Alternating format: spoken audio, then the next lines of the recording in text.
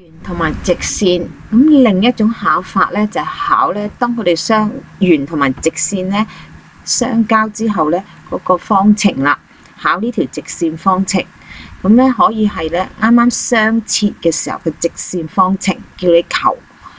咁咧嗱，舉一個實際例子，例如圓嘅方程係咁啦，咁呢條直線咧個斜率係-1，求呢條直線有兩個可能方程。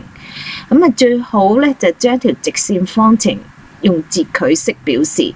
咁 m 咧就係嗰個斜率 ，c 有時叫 b 都得，就係個 y 截距。咁由於佢話俾你聽咧個斜率係-1，所以 m 咧就係-1。而家咧就要求 c 啦。咁咧我哋可以首先咧將佢寫成一條聯立方程。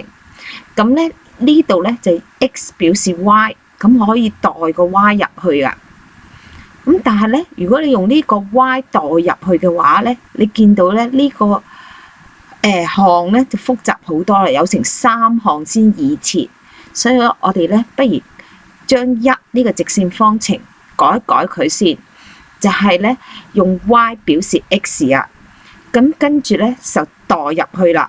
咁你發覺咧係咪簡單好多啊？個 x 咧就由 c 減 y 代替，咁呢個展開嘅時候就會方便啲嘅。咁展開完之後咧，我哋咧就係將佢變成咩嘢咧？標準嘅二次方程式，即係話二次方啦，呢個一次方啦，同埋一個常數。咁你見到咧呢個2就係個 a 啦，呢度咧成個係 b 啦，咁後邊嗰個咧係 c 啦。